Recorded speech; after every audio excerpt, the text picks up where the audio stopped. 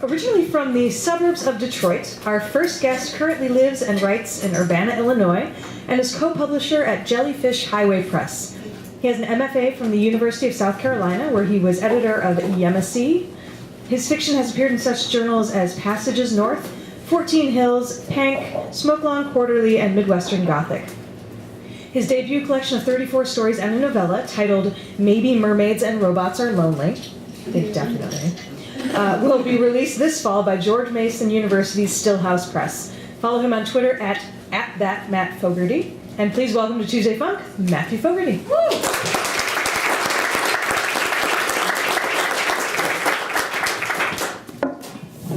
Lift this up for the tall guy. Well, I'm not that tall. Yeah, Taller than me. Thank you all for being here. Thank you so much.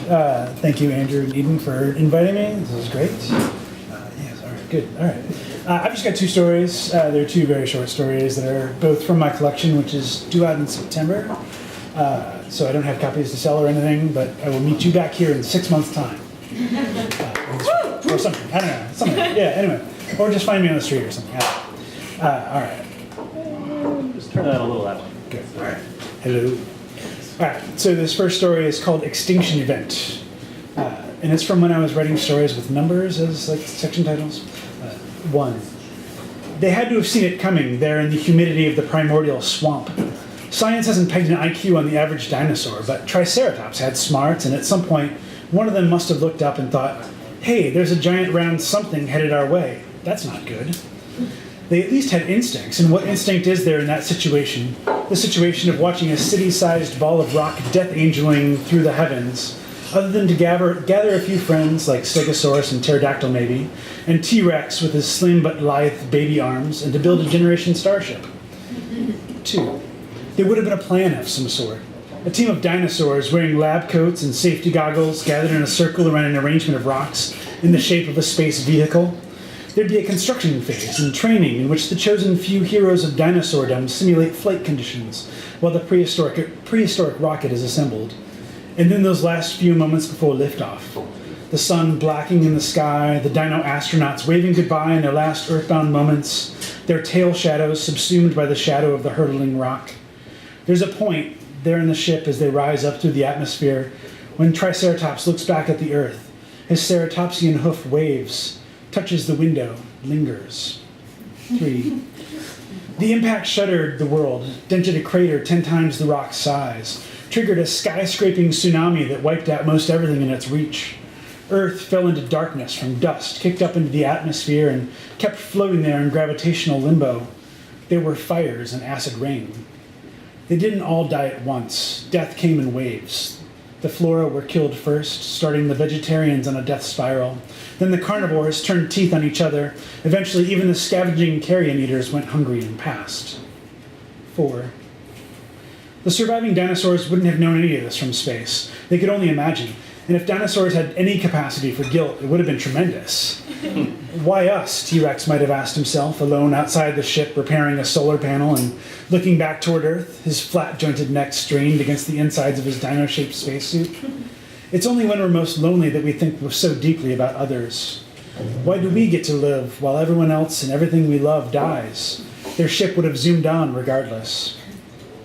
5. What I'm saying is that maybe somewhere now there's a ship full of dinosaurs cruising through space, all gap-toothed and rickety genius thanks to a couple 100 million years of inbreeding and evolution. Or maybe they found a hospitable planet, set up a civilization, built a small world of their own.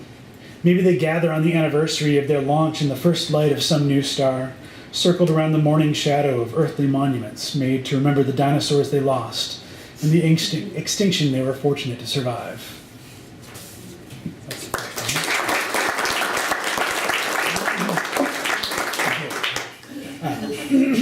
The second one's also a space story, so erase all that from your mind. This is a different alternate history sort of thing. This is called Outline of the Moon. The first astronauts were launched by a giant slingshot looped around 2 buildings and pulled taut by a team of oxen.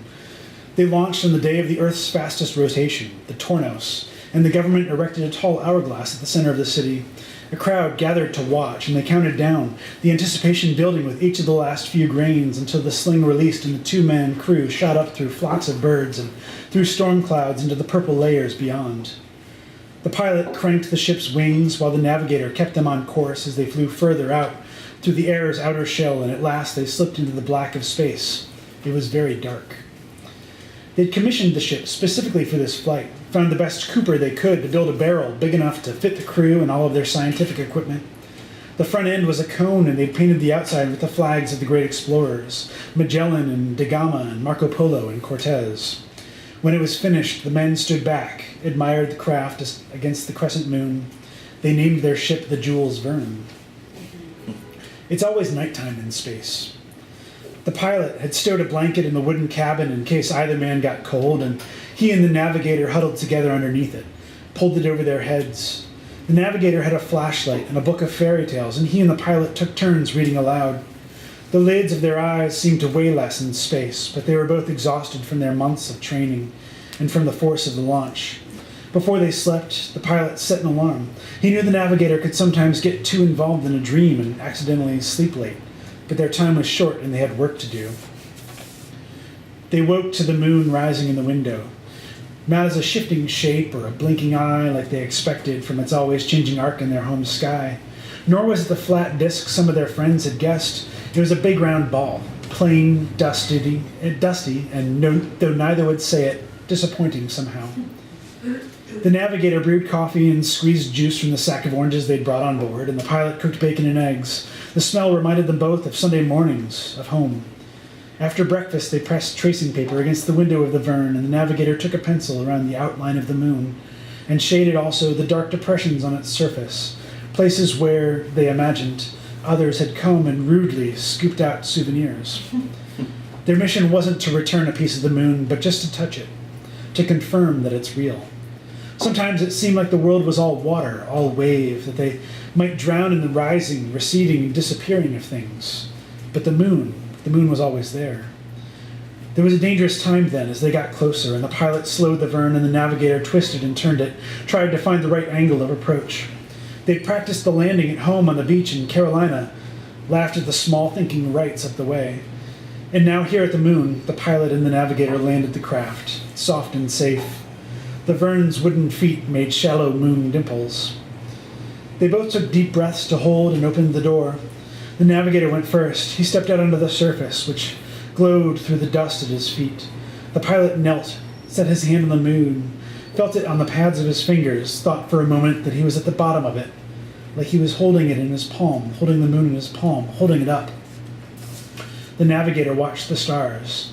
They seemed more alive here, like they'd brightened and grown in the long night it had taken the Verne to get here. One star burst like a firework. Once they got tired of exploring, the pilot climbed back into the ship and the navigator gave it a strong push before jumping in and closing the door. The pilot flapped the wings while the navigator turned the handle on the rake they'd hooked onto one of the legs of the Verne and combed over the marks they'd left on the surface, made the moon new again like they'd never been there. Without the moon in the window, night lasted longer, and with the excitement of the noon moon past, they seemed to fly slower. It felt colder, too, and they stayed under the blanket for most of the trip. This time they took turns telling scary stories, and neither could sleep. They hadn't realized before how high up they were, how far from home they were, how blank the black sky was without even a cloud to spark their imaginations. They had to be getting close, the pilot said.